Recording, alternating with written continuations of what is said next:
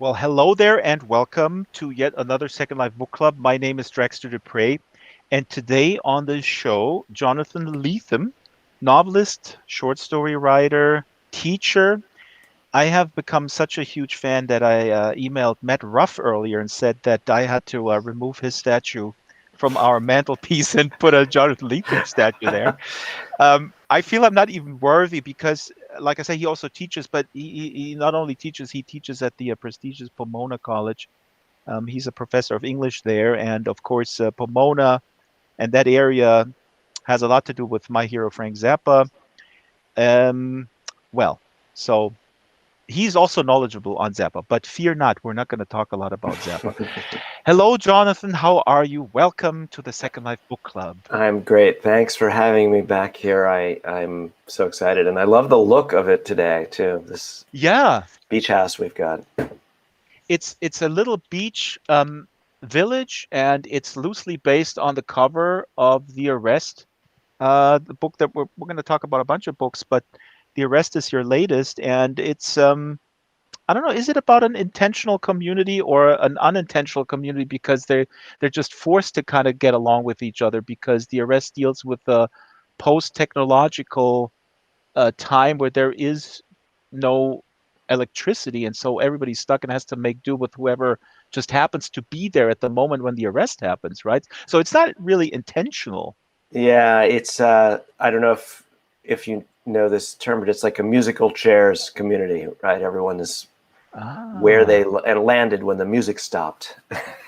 yeah. And I mean, some people have been there for a long time, and for them, it's a very intentional community because there are aspects of this peninsula that are kind of deliberately kind of quiet agrarian utopia, small farms and informal governance, and it's a intentional community that also has these frozen extra people, and the narrator is one of them who just Yep. happened to be there when all the machines stopped working.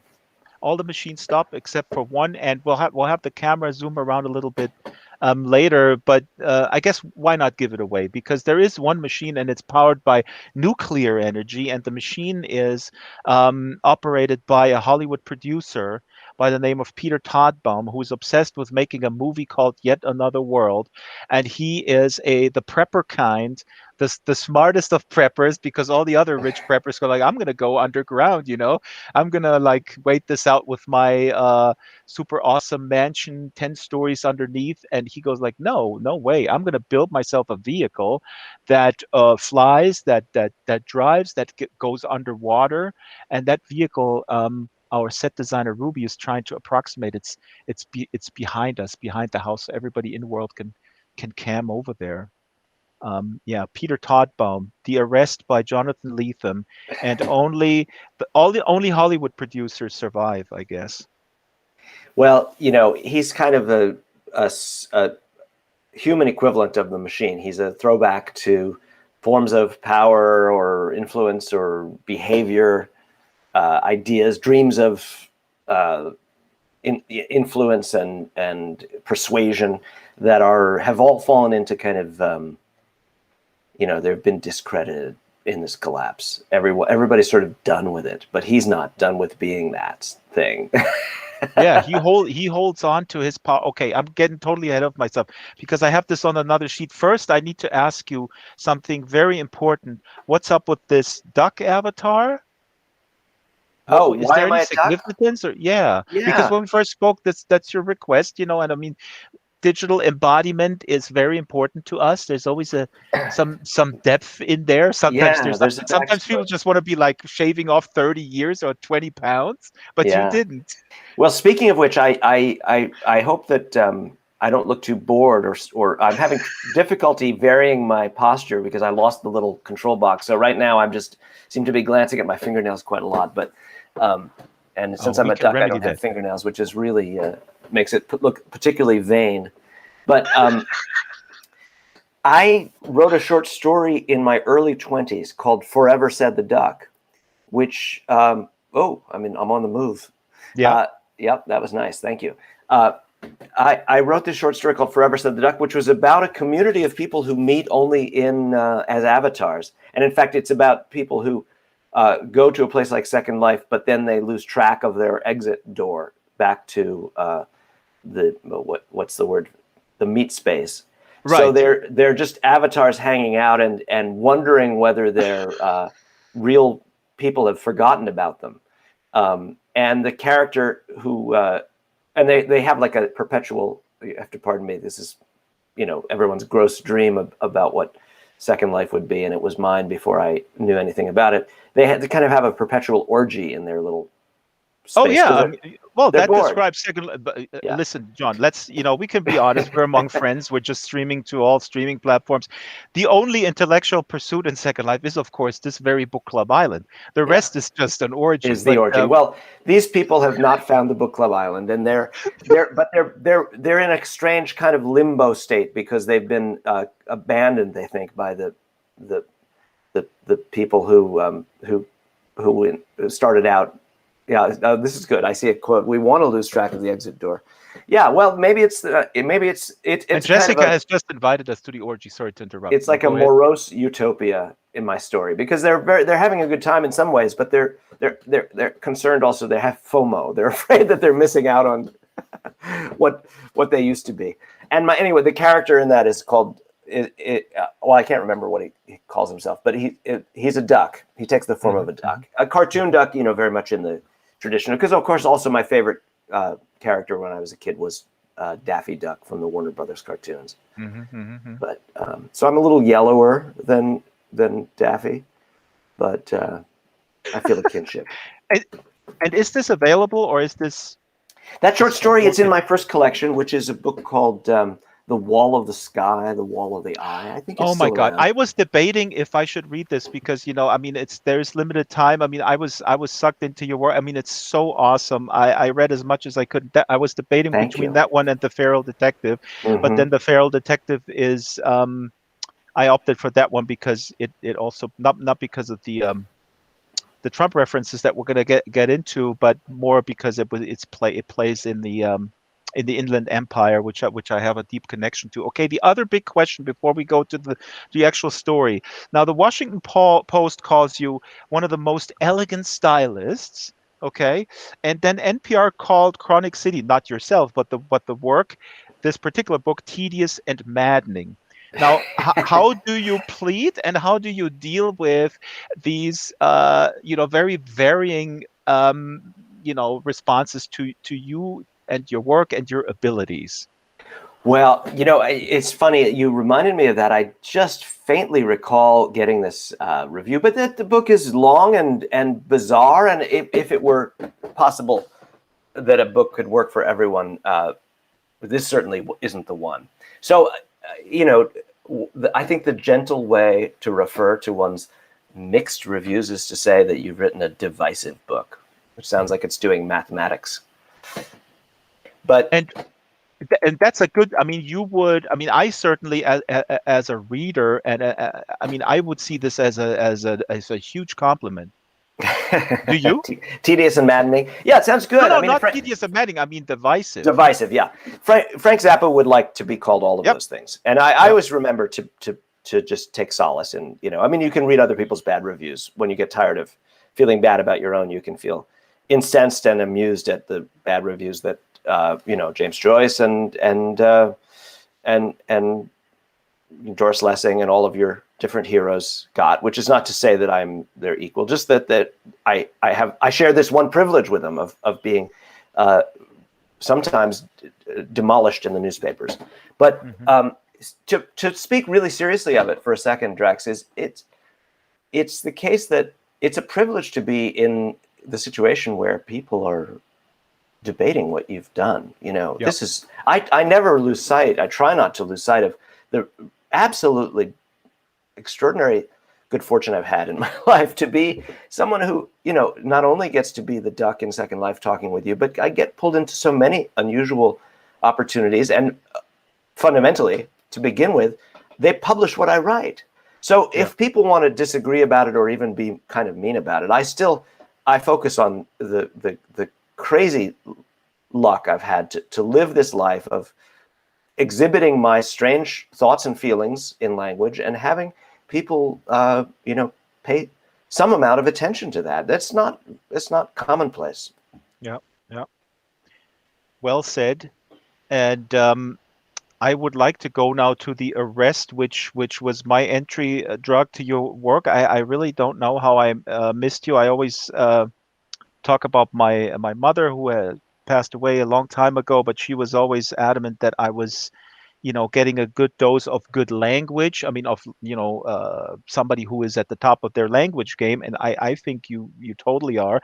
But of course, as a teenager, I was more interested in Conan. My audience goes like, "Oh, there goes that Draxtor anecdote again." But I think it's important to illustrate that the entry to reading can be anything, and I think Jonathan, you have kept the wackiness of these characters, just like you said, and combined it with a mastery of language, which is just enormously enjoyable. But Well, so thank you. yeah, Thank you. the arrest now.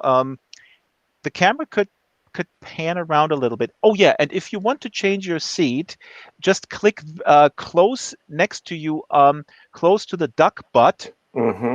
to the butt of the duck, and Mm-hmm. then the window will pop up, and then you'll get a prompt to change it. So right next to you, somewhere on this lawn chair, if you click it, then Oh yeah, it'll there we change. go. I'm gonna give you some Yeah. other looks now, some other attitudes. I'm paying very close attention. Yeah, look at this ad. This is like, ooh, he's giving me compliments. I need to pay more attention. Uh, so the arrest, we touched on it. It's post technology. Technology stops working, and people are stranded wherever they are. They make do, and the main guy, Journeyman, is a script doctor, um, pretty content with making money, not being on the movie posters, and his former colleague and boss made it huge in Hollywood as a producer, and then at some point he shows up and he's obsessed with a movie called Yet Another World. Yet Another World does show up in the other book that we're going to discuss, Chronic City, and in that book it's a virtual world, so there's some conceptual continuity. Um, you want to read a little bit and Sure. Yeah. fill in a little bit of the backstory, if you feel we need it. Journeyman, as I mentioned, and Peter Toddbaum are the main characters. Yeah. I can There's a take bunch it of from others. there.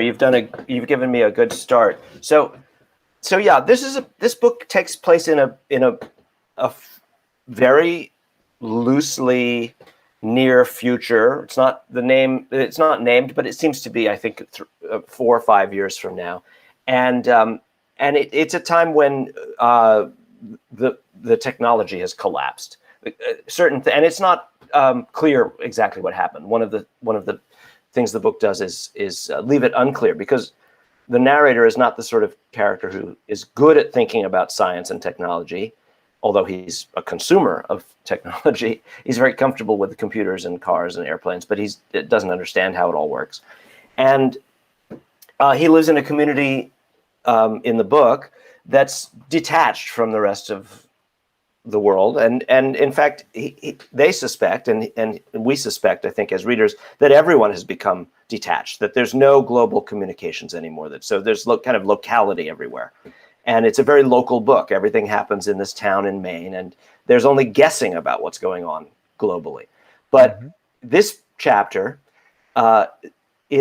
focuses on those guesses and about the experience of the transformation, the moment when this thing happened. And what happened has been given this nickname that is also the title of the book. What happened is called The Arrest. So this chapter is The Arrest Such as Journeyman Understood It. And Journeyman is this guy's own nickname for himself. And so it's really about, this couple of pages I'll read is really about what it feels like to him to live in this transformed world. Mm-hmm. Here we go. Without warning, except every warning possible, it had come. The arrest. The collapse and partition and relocalization of everything, the familiar world, the world Journeyman had known his whole life. The future, that is to say, announced itself. The future always already present, but distributed unequally, like everything else. You science fiction fans will, of course, recognize a sublimated William Gibson quote in there, because he's famously said, "The future is already here. It's just distributed unequally." The future announced itself. The future always present, but distributed unequally, like everything else. Like bread, like talent, sex, like peepal, neem, and aloe, and those other plants that give off oxygen at night. Like the rare spotosol-rich ground for which Journeyman's sister's farming collective was named. The arrest produced itself as a now already past, like a time capsule unearthed. This was confusing. It should be confusing. Did Journeyman understand the world into which he'd been born? Its premise, its parameters, its plot? No. So why should he grasp how it had changed? How even to say when the arrest began? The question was when it had gained your attention. Plenty flew under the radar. Biodiversity halved. That made an impression, barely.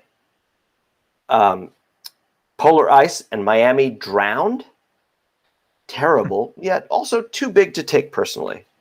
Oh, look, I've leaned forward into my book. I'm reading with my beak. Terrible, yet also too big to take personally. One day, Journeyman noticed reports of a new tick-borne disease.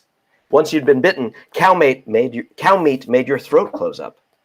No more American Wagyu tomahawk steak for two, black on the outside, red within. People joked uneasily. Were the new ticks an eco-terrorist hack? On television, someone said that the turning point had been when, in 1986, the president had removed the solar panels from the White House. Then again, someone else said the turning point had been when St. Paul's epistle had been delivered to the Romans and ignored.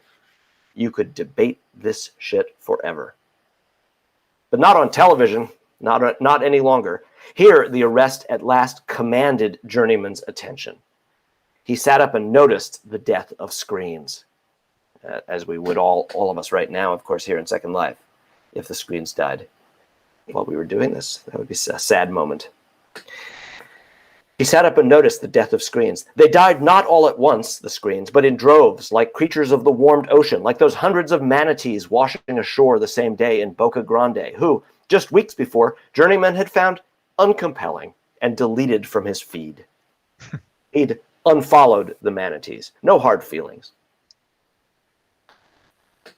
So you might be getting the feeling that Journeyman is kind of a callow fellow. He's not someone who has really a good, deep or comprehensive sense of global interdependency, or he's concerned with, his own world, as we all sometimes can be.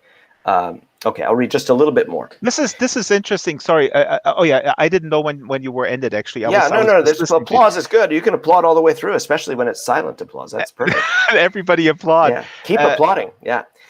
Television died first. I'm just going to read another half page or so more, because it's so much about the virtual this world. is brilliant. Yeah, please. Television died first. Television contracted a hemorrhagic ailment, Ebola, or some other flesh-melting thing. The channels bled, signals fused across time as well as virtual space. A live Rod Serling Playhouse 90 teleplay broadcast from 1956, sputtering into last agonized life and expiring in the middle of episodes of season 2 of Big Little Lies. The Vietnam War came back, and family ties, too, until these boiled and melted along with the rest.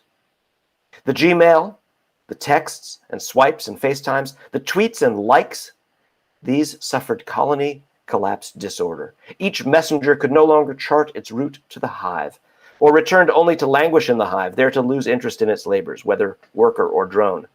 All at once, the email quit producing honey. So many other ecologies depended on these pollinations, the going-betweens of the now fatigued drones and workers. Without them, nothing worked. Air conditioning units stalled, planes fell from the sky. The honey of emails and texts had been the glue holding the world together, it appeared. Now the smart devices all evidenced wasting disease. They had to be put out to a level pasture to let them graze out the last part of their lives. There they crumpled to their knees, starved, incapable of grazing. People kept on swiping at the phones and mashing at the keyboards. Some tried giving the voice-activated devices mouth-to-mouth resuscitation.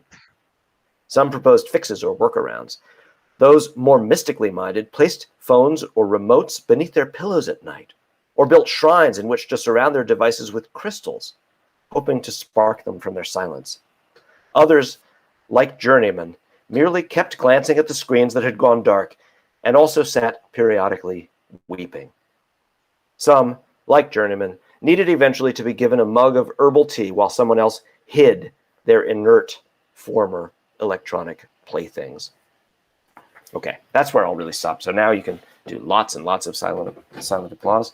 Big applause. This is Jonathan Lethem reading from The Arrest. And it's interesting that you said that Journeyman, I forgot what you said. I mean, he seemed to me, he's not stupid, but he's just disengaged like many folks. And that has to do also with a certain amount, obviously, of privilege. I mean, he's just not affected by things. So his political engagement, the engagement in social issues, is somewhat minimal. He does his job as a ghostwriter. Yeah, and yeah, that's it. I mean, it's a combination of privilege. Obviously, you're completely right that's a defining feature, and as it is for many of us. I mean, it's a privilege to be able to even talk about privilege. It's a privilege to be have the opportunity to be to be reflective or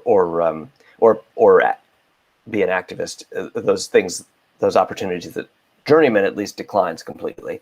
But he also combines this element that I think is very particular to a certain type, and that is he's complicit without being recognizing that he has any power. He thinks of himself as a kind of a extra person, a sidekick. And he wants to be helpful. He really believes he's quite well-intentioned, but he doesn't really actually tend to help with anything. So wait a minute, you're saying that he actually has more power to do more, and he doesn't realize that? Well, I think that the question, let's put it this way, the question of whether he has initiative or power or influence is one that he is assiduously ignoring. He's defined himself from the very beginning of the book as kind of a guy on the sidelines who watches and maybe tries to help out or back things up. I mean, even his job description is he's a fix-it man of screenplays. Yeah, he doesn't really create anything original. He just kind of tinkers. This is so fascinating. There's a lot of characters. I mean, your characters are just so amazing, and a Journeyman is no exception. I mean, he absorbed basically what he does for a living, and this being content with that role in the Hollywood machine makes him completely content in this new community where he could reinvent himself. So I think when you were on the panel in the last book club, I think I mentioned that to me The Arrest is Arrested Development, and I don't remember if I asked you that or if you had that in intention. I mean, I looked it up on Wikipedia. There's a lot of different definitions in anthropology and biology what arrested development means, but it basically means that you're not able to grow.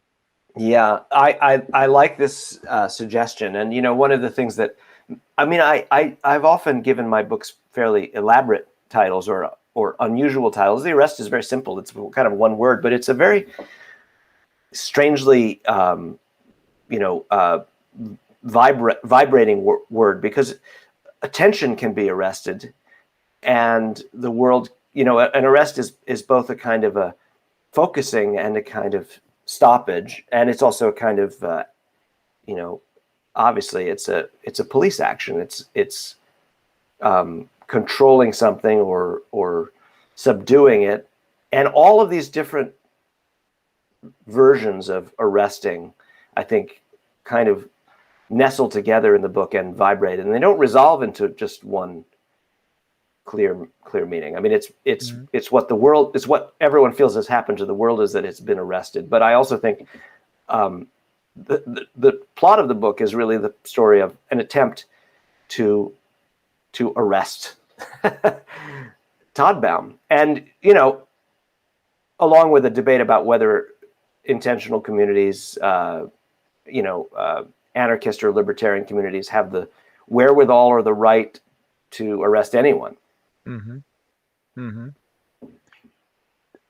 In the chat, we see Shaila is asking, is relocalization, as it's in your book, you know, but without intention, because the arrest just happened, but relocalization, is it the key to our survival, or is it an inevitable outcome? In that vein, Panny says, is this a Tip O'Neill quote? I don't know. Isn't all politics are local? Oh, yeah. I don't know if it was Tip O'Neill who said that.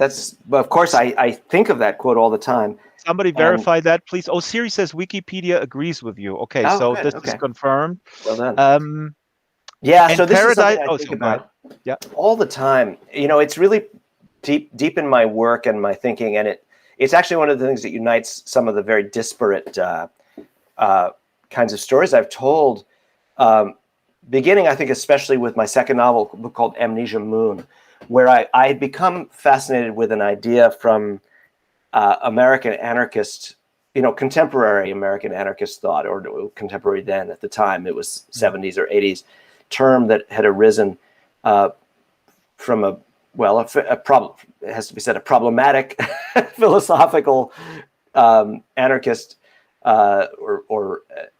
named Hakim Bey, who had this idea of the temporary autonomous zone. And I like that very much. And of course, that resonates, I would imagine, strongly for Second Life users, the idea of the temporary autonomous zone, which is the idea that ideal political moments may occur only in such places that you know, and we see this enacted recently, for example, in Portland, where they set up that free part of the city and barricaded it and tried to live in a police-free state just within this portion of the city of Portland. And the temporary autonomous zone describes the idea that, you know, utopia may arise only passingly, and that we have to actually acknowledge this and seek it, create it. You know, these moments where you define an area and make something happen and have it. Peter Lamborn Wilson, yeah, right, Hakim Bey. I see that some. Oh, Jared, our robot. Oh, Ruby and Jared, they both posted at the same time. We have a very smart audience here. So we have access to Wikipedia. Go ahead. So I started thinking about this and how much it resonated with my sense of, you know, the disappointments of the left. You know, my parents and even my grandmother were global utopianists. They wanted a leftist revolution, and of course, the middle of the 20th century was a period of vast disappointment for this dream, and you know, the fragmentation of the idea of a kind of a ideologically total utopian, leftist utopia arising on the planet seemed very badly damaged by all kinds of failed experiments that had turned to totalitarianism. And so instead there was this thought, what if it's just a breaking out of anarchist utopia here and there? And, you know, so this idea informs things as seemingly, you know, ordinary in a way, as ordinary to us now, as Burning Man, let's say. You know, people go somewhere and make a city in the desert, and it lasts for a little while. That's a temporary autonomous zone. But I also started to see it as a metaphor for things that interested me and things that called to me from my own experience, like the way kids play together on a street before they're aware of the racial or political or class differences among them. Mm-hmm. And so this was part of my coming of age, was the sense that I'd actually grown up within a temporary autonomous zone that was very beautiful, and I only understood it after it had been taken away from me. And of course, I could never have articulated these things at the time. I was a child in an awkward relationship, you know, a shameful relationship to questions of race and class. But I knew also that there was a point in my childhood where I just played with everyone and loved everyone. And once it was gone, I thought, why was that unsustainable? Mm. And so all of these This things resonate for me. Yeah, I mean, everything that I read from you, this is really so that the undercurrent, and it's wonderful. And in Feral Detective, especially, I think it's with sort of a tear in your eye that you describe the this type of fragmentation. The what came what what came of this very hopeful time in the 60s. Um, And well, the Trump election is weaved into this story as well. But these these communities, the bears and the rabbits, they were once together, and now they're uh, apart from each other. There was a utopian vision that kind of disappeared and turned into violence. I mean, is this are you essentially now? Are you a cynic about this? Because I mean, you said, in the mid 20th century it was arguably more hopeful than it is now. And I don't want to, this is coming from me, and I'm not a cynic. I want the left and the progressives to win and persuade the quote unquote others, but I feel it's more fragmented than ever before. I mean, there Yeah. is just Yeah. It's a such a bitter vicious time. a vicious infighting on social media that kind of that sort of outrage machine is making that even more difficult to kind of keep your cool, I guess. But yeah, Yeah. I'm gonna throw up a slide while you answer this, because Shyla, the co-producer, put a slide up here. You grew up with very in a very bohemian environment, and here is a little slide. New York in the 60s with hippies, the Brooklyn hippies. You grew up there before it was overrun by hipsters, and Yeah. and you moved back there. I mean, this is fascinating. You grew up in this environment. Uh, and then you moved away and you came back and it was sort of gentrified and everything where it was artisanal and super expensive. How did that feel? Well, it felt all kinds of ways. If I could say it simply, I wouldn't have had to write like a gigantic Bildungsroman, Thank coming of you. age This novel. is what I learned from my German education. Bildungsroman. I thought it was a Großstadtroman, but now it's a Bildungsroman. Okay. So, and I want to rewind your question all the way back to this concern that I may in some ways be a cynic about countercultures, or a critic of them, or be making fun of them, because actually it's almost the opposite. I'm a pure product, first of all, of revolutionary dreaming and of what's the best word? Bohemian demimondes, subcultural identity, outcast style, hippies. I mean, I'm a hippie, but Mhm. I'm also the child of hippies, and there's where it becomes tricky, because as we all know, the fate of the second generation idealist is to see all the flaws, and have to account for all the failings, or the shortfalls, the limitations. And I work very hard, I think, to navigate my own sense of disappointed possibility, which was already so tangible for me as a child, and I was so confused by it. We all, in my family and the world of our neighborhood and my parents' friends and the demonstrations we would go to in the early 70s, we were all already feeling the coming backlash, the Reaganism, Mhm. and everything that followed, that was going to that we were going to suffer. So But you such did it anyway, so it felt a little useless. Why are we doing it? But you did it anyway. Oh yeah, no, there could be no other way to be. Uh, it was an absolute belief in the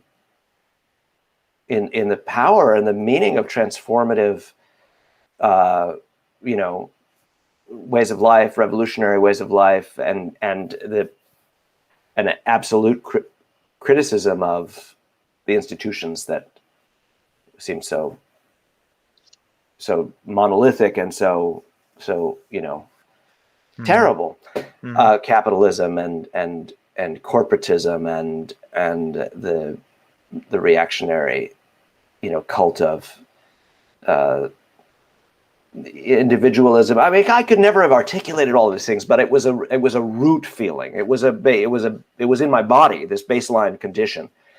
And yet I've always been, you know, Reagan was elected when I was a teenager. So before I could carry the, you know, the banner forward, I was also in the world of the backlash. And I've had a very complex relationship to that legacy. And I've tried to talk about it complexly. But the one thing I've always felt I couldn't do was falsify what I suspected or had seen or knew about, you know, the reality of the subcultures that I grew up inside. So sometimes I say things that are in my books. I just describe them with a kind of the same, what would I say? You know, helplessly, you know, I see human frailty. And so it's not the same thing as saying that that the hippies were wrong to say that they were sometimes very dysfunctional or funny or even hypocritical, you know? Yeah. Well, I mean, complex. I mean, it's. I think that for my generation, when we sometimes look back there, I remember a teacher, English teacher in my school. He said, "You know what? You guys need to really understand that not when we talk about the hippies, not every hippie was, you know, very sort of mature in their political understanding of things. Sure, and yeah, and different nobody, people, you know, yeah, exactly. So there were a lot. And this is not to say these people were bad people or whatever, no. but And some were social hippies and some were political hippies, and even the term starts to destabilize when you use it too readily. You know, I'm suspicious of just saying it. And you know, I saw a question in the chat, which is really important. Is you know, so yeah, you've done the timeline just right. Punk came along, and punk was crucial for me. And punk is a first layer of corrective, you know, by people like myself, children of hippies, basically, who are both formed by that world and also seeing its fissures or inadequacies. And so punk adds a layer of negation. You know, when I was so relieved when you know, Patti Smith and the Ramones and Talking Heads, you know, and Richard Hell came along to show me my city, because I was a New York kid, in a different way, and they reconnected a lot of things that I needed to see connected. Because by the time, you know, one of the things that also is a subject in my work is this tension between cosmopolitanism and the dream of the countryside. You know? I was just going to go there because I mean, that's also the undercurrent. Always these, you know, people from big coastal cities dream their countryside dreams, how wonderful it is to be closer to nature and everything. Yeah. Yeah.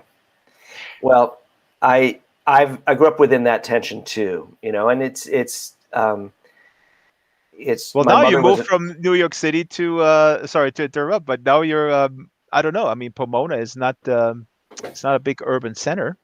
Yeah, well, this is really to do with this life as a college professor. I mean, where I live now is sort of extraordinary place to live in a quiet way because of its access to the desert. I mean, what I do, and this is Feral Detective is a record of this. What I do is I have a Jeep and I drive into Joshua Tree or the Mojave, and I escape so easily. And I can also run up Mount Baldy and be at the top of this mountain in 20 minutes. But the town itself is a very anodyne suburb. It's very comfortable, and it's almost like at times like being in uh, the witness protection program. You know, at the end of Goodfellas, when Ray Liotta comes out of the house and he says he can't find any real Italian food. This is kind of where I live now.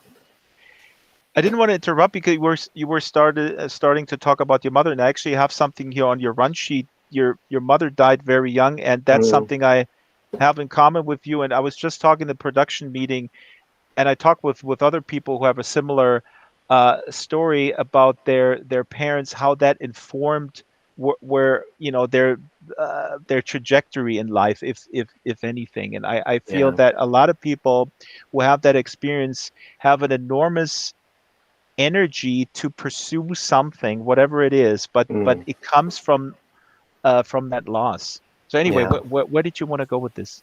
Well, I was going to talk about the fact that my mother was very much a product of New York City. She grew up in Queens, and my father was from the Midwest. He is from the Oh, Midwest. He's still around, and grew up in the great wide open, and with the myths of the Western expansion and the Middle American spaciousness. And so I was experiencing both of these things also in my DNA. But I agree with you, Drax. I mean, I think that there's something, I tend to find myself drawn often to people with if not at the death of a parent, then some other massive traumatic shift in their childhood experience, some big piece of reframing. And I would I even go think further. you don't even have to be a big psychologist to understand that when you have an early encounter with the limit of life and with sort of finite time, I think it I mean, at least for me, I look at time differently. I look at, oh, this is a whole bunch of things that I want to accomplish, and time is limited, so I better get to it. Yeah. Yeah. It's a driver, but also it causes you to see that the world is changeable, Mm-hmm. that everything can be transformed or wrecked or reframed. And so this idea that the world is a kind of a construction that has destabilization is possible, I think creates a certain kind of thinking or insight or viewpoint. And I think science fiction writers, almost all of them, have some kind of traumatic rupture in their childhood experience. I mean, the paradigm might be like J.G. Ballard in Shanghai, and then the war comes, But Mm-hmm. and it causes you to see the world as a construct. Now, I want to remind people, if you're just tuning in, you're tuning in rather late. Shame on you. See, shaming my audience. That's my attitude. We're just kidding. We're here with Jonathan Lethem on the Second Life Book Club. His newest book, his new book is The Arrest. And I wish I got to talk to my Linden Lab overlords. And it's funny that Jonathan was mentioning we go in and out mentioning virtual worlds and communities and um, we're still living on a private company's playground here, John. If we say the Mm-hmm. wrong thing, we're gonna be gone. This is like the Mayor Bloomberg stand in Chronic City. Oh yeah. So this is just the illusion of freedom here. I'm afraid.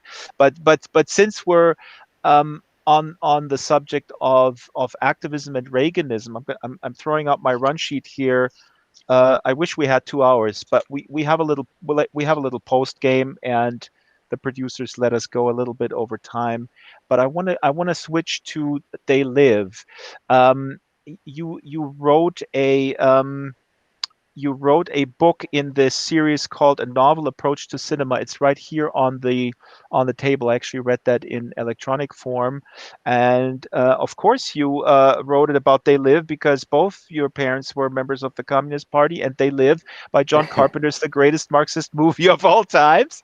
Um, if people haven't seen it, I'm going to throw up a quick few slides here from the movie. It's basically about this construction worker who comes to Los Angeles and is looking for work, and he lives in this homeless community with a bunch of others, and the homeless community is being destroyed by the cops. He finds work, and he finds a bunch of sunglasses in a church of some sort of quasi-revolutionaries. And he discovers that when you put on these sunglasses, you see what is actually happening in the world. And what is happening in the world is that the world is inhabited by these strange alien ghouls that have billboards all over that don't say, tune into KROQ, whatever radio station. No, they say that you should marry, you should reproduce, you should obey, you should buy.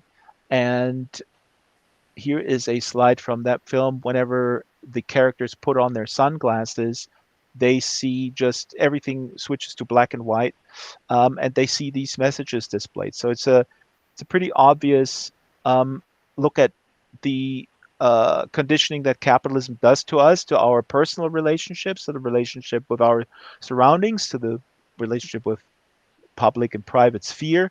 And if the camera could zoom out a little bit, we can also see the set. We have these billboards here in the back, and these billboards, they have references to Second Life. Conform to Katwa, go mesh, Prim is old, and wonderful subtleties. But Jonathan, I want to talk about this fight scene real quick, because the fight scene is extremely long, and the main actor he passed away. He was a wrestler, so Canadian wrestler, yeah. Canadian wrestler, and so that the common understanding is that if you have a wrestler wants to turn a movie star, you got to put a long fight scene into the movie. But I really think, and I think you write this in your analysis too, the fight is not too long. The fight is basically a white guy telling a black guy, hey, the system is rigged and I need you to help me with this revolution. And the black guy says, I know the system is rigged, dude. Welcome to the club, but I have to feed, me and my family, whatever. I'm going to just do my thing and keep my job. And that's what they're basically fighting over, right? Yeah. It has a tremendously interesting political, allegorical interpretation, while also being one of the most absurd and funny sequences in all of cinema. And what's amazing about it is that, as broad and silly as the movie has been to this point, and it has a lot of elements that are pretty broad and pretty silly, it also has had a kind of it's been obedient to a certain kind of storytelling rhythm. Mm-hmm. It's like a good B movie. It's doing its job. And this movie suddenly breaks open in the middle because the fight goes on so long. It's so absurd, so pointless by any normal storytelling standards, that it seems to throw the problem of watching a movie in your face. Like, what did you expect? What do you think is why are you so embarrassed by this sequence? It's like a movie exploding itself in a way in the middle. Mm-hmm. Mm-hmm. But see, I'm not going to pretend that when the first time I saw They Live, which I always loved, from a B movie perspective, I'm not going to pretend that I understood all these implications. But honestly, if I see this now, I really think, and I don't think that John Carpenter or whoever edited this were thinking like, yeah, we're going to make it exactly this long because everybody will totally understand how difficult it is to implement the revolution and get the workers together and organized, right? But that's what it represents so clearly now It when you does. think It's about it. amazing how the meaning creeps in, and how it's almost impossible to credit it to any single source. It's like it just finds its way in, And one of the things to know about They Live is that it's based on a short story by a oddball science fiction writer, Ray Nelson, who was a friend and collaborator of Philip K. Dick's. Mm-hmm. So it has a little bit, strangely, it has a little bit of that DNA that snuck into it, of Dick is another one who has this native political imagination. He sees capitalism as a monster it's not that he's taking an ideological position. In fact, he would often deny that he had these, any kind of overt or literal political agenda. He was telling stories, but his stories are telling the truth, almost helplessly. Speaking of Philip K. Dick, Philip K. Dick was a huge influence on you. Shyla, my co-producer, alerted me on this. Like I said, I don't research the guest. I research the work and then let the guest speak to me through the work. Here's a quote from you. As formative an influence as marijuana or punk rock, as equally responsible for beautiful effing up my life, for bending it irreversibly along a course I still travel. This is what you said about Philip K. Dick. What's funny is I have a good friend, Professor Terry Beers, who teaches at Santa Clara University. And I remember 10 or 15 years ago, I said like, "Oh my God, Philip K. Dick, I'm the biggest fan." He goes like, "Yeah, he has good ideas, but he's really not a good writer." So, what's your take on this? And I was thinking about in the pre-production meeting, I was talking with Shyla about that, and then I realized, maybe Philip K. Dick is punk to you. I mean, like a punk musician. That's a good Transport description. Yeah. Punk is transporting incredible, important messages and energy, but probably most punk musicians would not claim themselves as being really good musicians. Well, it's not virtuosic in the sense that Yes. a Frank Zappa guitar solo is virtuosic, or Yes. a James Joyce sentence is virtuosic. But as with punk, many of Philip K. Dick's stories couldn't be more effective or more persuasive or more involving if they were made virtuosic. They don't need to be. They need to be punk. The roughness, the directness, the incongruities that creep in, these things are equally a part of the value. They're not. It's not that they're good despite these things. It's that they're good because of these things.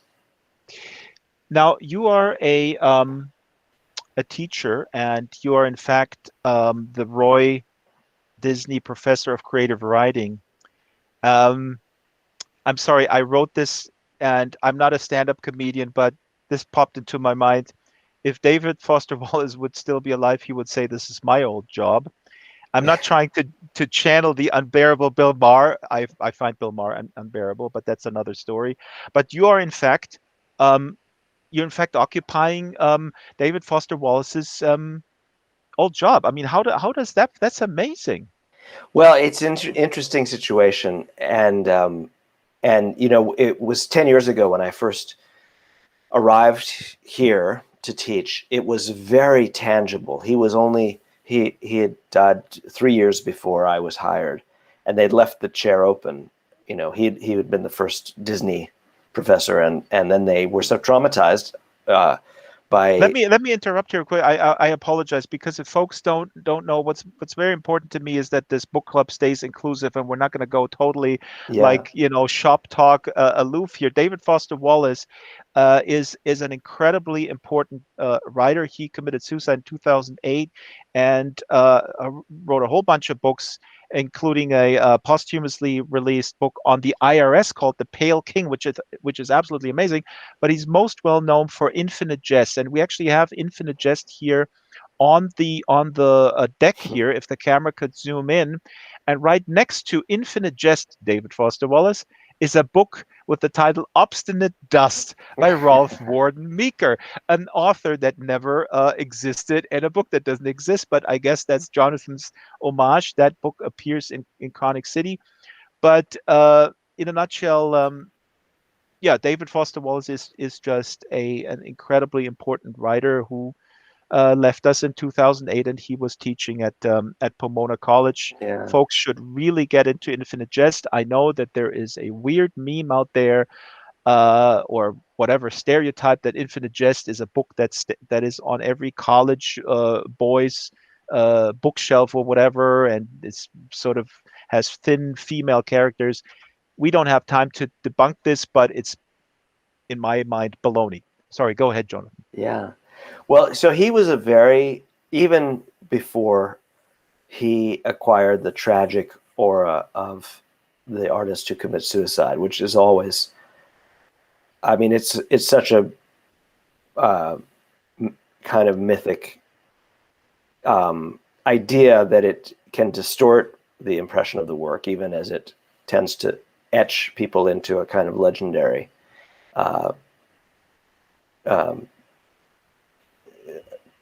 afterlife. Mm-hmm. He is already a very intimidating and mysterious presence because he wasn't someone who played the game of appearing and giving lots of interviews. He wasn't a recluse, but he was very diffident about the life of literary celebrity. And yet he was here intimately a part of this English department and with the students. And I think he was devoted to the students, made an incredibly sincere impression and mattered to them in their lives tremendously. So I walked into this vacuum that had been created, and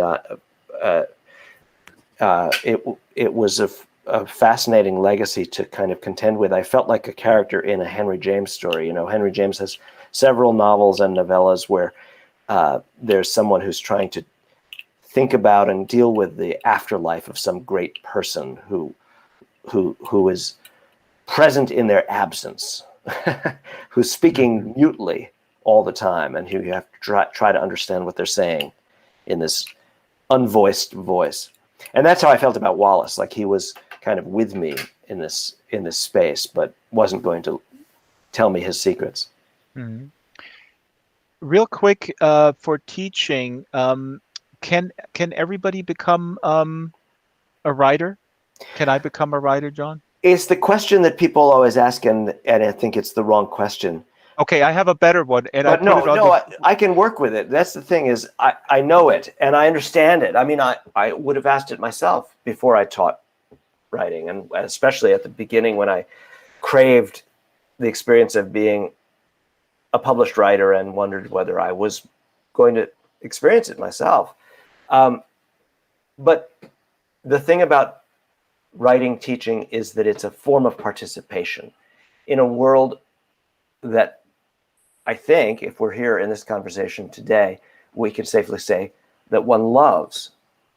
We grew up reading, and whether we agree about which books are the essential ones, you know, for you it may be Infinite Jest or Philip K. Dick, or for another person it may be any number of other, you know, sources. But the books that we love, they make us, they form us, they become like part of the source code of our lives. And to speak back to them by not only reading them but discussing them, writing under their influence, attempting to figure out how they work by creating fiction ourselves, this is a kind of unmistakable value. It's a form of meaning that transcends whether or not, you know, I mean, the careers in the world of the arts are very difficult. So when you say become a writer, well, the answer is, of course, yes, anyone can sit and write. And I think anyone can do it and create meaning for themselves and even for some other people, for some readers. Can anyone have the luck that I've had to enter into this conversation, make a living, as Penny is pointing out in the chat? That's a very difficult thing to do, and a very unlikely thing. Many people who have some of the talent or inclination or fortitude to do it still don't get the combination and the luck that puts you in that position. So it would be ridiculous for me to teach a writing class and say, here's, you know, I'm going to give you the 10 keys to, you know, like a very conventional capitalist, good salesman will say, here are the 10 keys to success in sales or success in, you know, startup venture capitalism, or here are the 10 keys to becoming a published author. So you're probably, I always joke, I studied sociology for, I think, 3 weeks because I didn't have the courage to study music. And then my friends persuaded me, and then I actually got into this very prestigious conservatory. But in my sociology course, the professor started and I remember this to this day. He said it was in Tübingen in 1992. 500 people or whatever, and he said, "Hey guys, so a lot of you guys are probably going to be unemployed." Yeah. Is that how you start? Well, your I first don't. I lecture? don't. I mean, I'm teaching undergraduates. It's not. Mercifully, I'm not teaching in a graduate program where people have come precisely to professionalize. I'm teaching 18 and 19 and 20-year-old writers who are experimenting, which is what ideally we should all be doing for as long as possible. Yes. Until we're forced to make a living, we should be Yep. playing and experimenting. So I emphasize this Amen. this aspect of it, that it's a form of participation and a form of community making and a form of reading, extending your reading life into community and into active participation. And if you should find that you love writing the stories that you attempt to write in my class, and you want to finish them and perfect them and move on to the next one and try to publish, I'll talk with you about that. It's not that I'm going to refuse the whole subject, but the idea that we are approaching it as a kind of like vocational school is hopeless. So I try not to. I really love that. It's so important. This is what's so terrible when you look at how high schools are run and how kids are being sort of conditioned to never make any mistake and be really afraid of experimenting because of that stigma of making a mistake. I got 15 more minutes from my producers here at this libertarian paradise. Oh my Excellent. God. Well, we have a temporary autonomous zone of 15 more minutes. Exactly. These libertarians, they're all like, they're I don't know. I think their ideology is somewhat incoherent. I'm Should just we making. look Yes. also at some of these great questions coming along in the chat Yes, too? absolutely. And we also please also keep them for the post game. We have a little post game. I put up a slide in the back. I want to get to two more things here that I have. I put up a slide in the back, and very quickly, if you can, because this was what I was setting up. Can I be a writer? Can you explain the difference between symbolism, metaphor, and allegory in 30 seconds or less? Because your books are so chock full of these wonderful, and I don't know, I was reading them, I was like, okay, are those now metaphors? Is this symbolism? Where's the allegory? And I was really confused. I think that I'm going to probably try to beg off being definitional, because I'm not really very good at that kind of thing. But mostly metaphors occur on the level of individual sentences, right? A metaphor is how I make you see or feel some really specific vibration. It's like just a supercharged way of making a sentence tangible, make you feel it in your body. Mm-hmm. Symbolism is something much cloudier, and allegory has, I think, for most people, a hint of the like teaching. It's supposed to make you know something. To hurt. It's supposed to be translatable into a lesson. But having said that, I actually like things that have the air of allegory, although you can't quite decipher them into specific lessons. And when I read something like Kafka, I often have the feeling that it's a kind of allegory of everything. And when I wrote Chronic City, I was thinking, I want this book to feel that way. I want it to feel like an allegory of everything. Oh my God, that's exactly how it feels. Oh my God, yes. Now So, you're explaining it to me. You're John-splaining it to me. There you go. Explained. Explaining man. That's from Feral Detective. Yeah. Okay, so now we cannot wrap this hour, and we'll get to every you guys' question, but we have a person here. He used to be called Fluffy. If the camera could pan over, he's sitting here on the beach towel with a laptop, with a gaming laptop, really expensive gaming laptop. He has a fur hat and a leather coat. He's now called Biller. He used to be called Fluffy, and he is a character from your book Chronic City, which is amazing, the second book that I read of yours. And you told me that there is a Second Life reference. Of course, I don't listen, just like my son. And I forgot about it. And then chapter 14, I almost fell off my chair, because here it is. uh, a Second Life, incorporating Second Life into your narrative in a way, in the most brilliant way that I've seen in popular culture, to be honest, including The Office, which made a really cool Second Life reference. So I would like Biller to read from chapter 14, and this is what happens here. There's this gang of folks. They're from very different walks of life. There's a ghostwriter, and an old aging rock critic, a former child star who never uh, went beyond his one TV show, and a public official who was an activist, now turned sort of Bloomberg shill. I mean, Mayor Bloomberg is not mentioned in the book, but it's kind of a stand-in. And Biller is this homeless man. And in chapter 14, Biller enters the scene all of a sudden dressed up nicely, like you see him here, with a laptop. And if the camera could cam over his shoulder, you could see that he is logged into a world called Yet Another World. They all entered the apartment of the rock critic Perkus Tooth and ask Biller what happened. How did you come into money? What's going on here? Can you tell us what's happening? And let's listen to 3 minutes of an excerpt of Chronic City. Go ahead, Biller. Indoors, we defrosted our paper-cut fingertips around stingingly hot mugs while Perkus prompted Biller to explain his new good fortune, the respectability he'd attained through the strange back door of his laptop, or explain it as well as he could anyway to us internet primitives. Had we heard of Yet Another World? No. Neither a video game nor an online community exactly. Yet Another World was, in itself, only a set of templates and tools, a place with stuff, in Biller's words. A place where you can do things. You might go there to build a virtual house, to furnish it with the virtual objects you liked. Much of it, according to Biller, was pretty much like the world out here, homes with belongings inside. You also made yourself.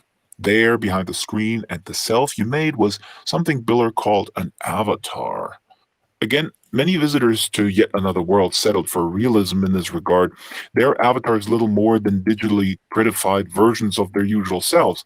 Spines a little straighter, waists narrower, tits bigger, and so on. Many were content to shamble through this potential paradise in cliques of sexy avatars browsing virtual shops and cruising or flirting, as in the mall. Man is born free, Perkus offered, and everywhere is in chain stores. Things got a little bit more interesting in other precincts. Biller went on to indicate it was this infinity of possible selves and possible neighborhoods, the total and endless expansibility of Yet Another World, which gave it its magnificence. Deviants and avant-gardists could build neighborhoods as solid in their way as those of the suburbanites, kingdoms of barter, dada, grown-ups masqueraded as children, men as women, and so on.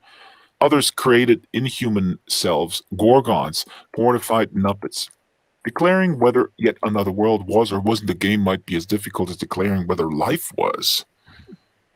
While I was mesmerized, Ona showed her typical impatience once she'd grasped the concept. She interrupted, "If you don't mind me asking, how did all this admittedly marvelous virtual communism buy you a real Ocelot hat?" "I manufacture treasure and sell it. I'm a craftsman." "You mean you sell it to virtual people?" asked Ona. "Real people," said Biller. "They pay real money." "You've done awfully well for yourself." "I make good treasure. People pay a lot." "That's what he was doing all that time in the alley," said Perkus, "making virtual treasure." "Can you show us your world?" said Una. "This computer's too slow," said Biller. He retopped his head with the Ocelot and was gone. "I don't want to worry anyone," said Una half an hour later, seemingly apropos of nothing. "But Biller's little wonderland might eventually bring about the destruction of our universe." And that's from Jonathan Lethem's Chronic City. Is just so good. I mean, I love this book so much, and I know we're running out of time, but there is this super pretentious conceptual artist almost also appears in almost a variation of every one of your books that I read. What's his name? No, Laird Noteless, and he says at a party where one of the main characters says, "Hey, why don't you do your conceptual stuff in a virtual world? You save a lot of space." And he says, "I don't work in pixels. I work in stone and soil." I mean, for a Second Lifer, this is hilarious. Spot on. Marie Carmen says in the chat, spot on. a quick question, and we'll get to all these questions in the post game. But when you hear this, your earlier work and even earlier, do you can you enjoy it, or do you feel like, oh my God, I would write this differently? I mean, a lot of artists really cannot, you know, and I believe them. I don't think it's made up, but they cannot really enjoy their own work, whatever it is. Musicians, writers, directors. Can you? Yeah, I think that I guess I would put myself in the same company. I don't read the books. I mean, what would I be doing? It sort of could only go one of two ways. Either I would find it marvelous, and then I would be kind of a jerk just sitting there gloating about how brilliant I used to be. You would be like Laird Noteless in Chronic City. Mm-hmm. Or I would find them inadequate and embarrassing, and I would have to have all these feelings of remorse and posthumous shame that I had walked around promoting these books that now look so tawdry to me, so thin. But so it's just the prospect of either of those sensations isn't very appealing. And there are real books. There are other books for me to read, books that I haven't read. So it's a bad use of my time. So I mostly rely, anyway, I have such a, by the time you finish a book, I'm being a little bit flip, but the truth is, by the time you finish writing a book, you've gone through it so many times and familiarized yourself with it inside out and copy edited it and proofread it and talked about it and read aloud from it on a promotional tour often. So you have it memorized in a sense. And also, what I have for all of the books is the feeling of having written them, which is different from what they are like for a reader. It's what I went through. It's the days spent sitting, living with the characters and the words and the sentences. And I like those feelings. I don't really want to replace them with some other impression, which is why nothing subsequent ever really rivals that feeling for me. But then again, to answer your question, with a slightly different inflection, I'm 57, even what would you say, an early middle period book like Chronic City, it's a long time ago, and it does become unfamiliar, which is surprising. And so in time, they become strange to me. Even when I think I must be very familiar with them, that actual sense of memorization has disappeared, and the words can surprise me quite a lot. That's fun. That's a nice surprise. Yeah, it's a nice surprise for yourself. And I mean, you didn't even have Chronic City in your home. I was like, can you read from this? Well, I don't have it. And then I ordered by mistake the Italian version, which is a reward because it has the most beautiful. That might be the most lovely dust jacket I've ever had, is the Italian edition of Chronic City. It really does. It's right here on the table. People can zoom in. Okay, I got to step on the pedal because I'm told we got to wrap it up, and then we'll hang out in post game for another 15 minutes, and people can ask questions. John, this was absolutely wonderful to have you here. Thank you for coming, and thank you for writing. And what are you reading, if anything?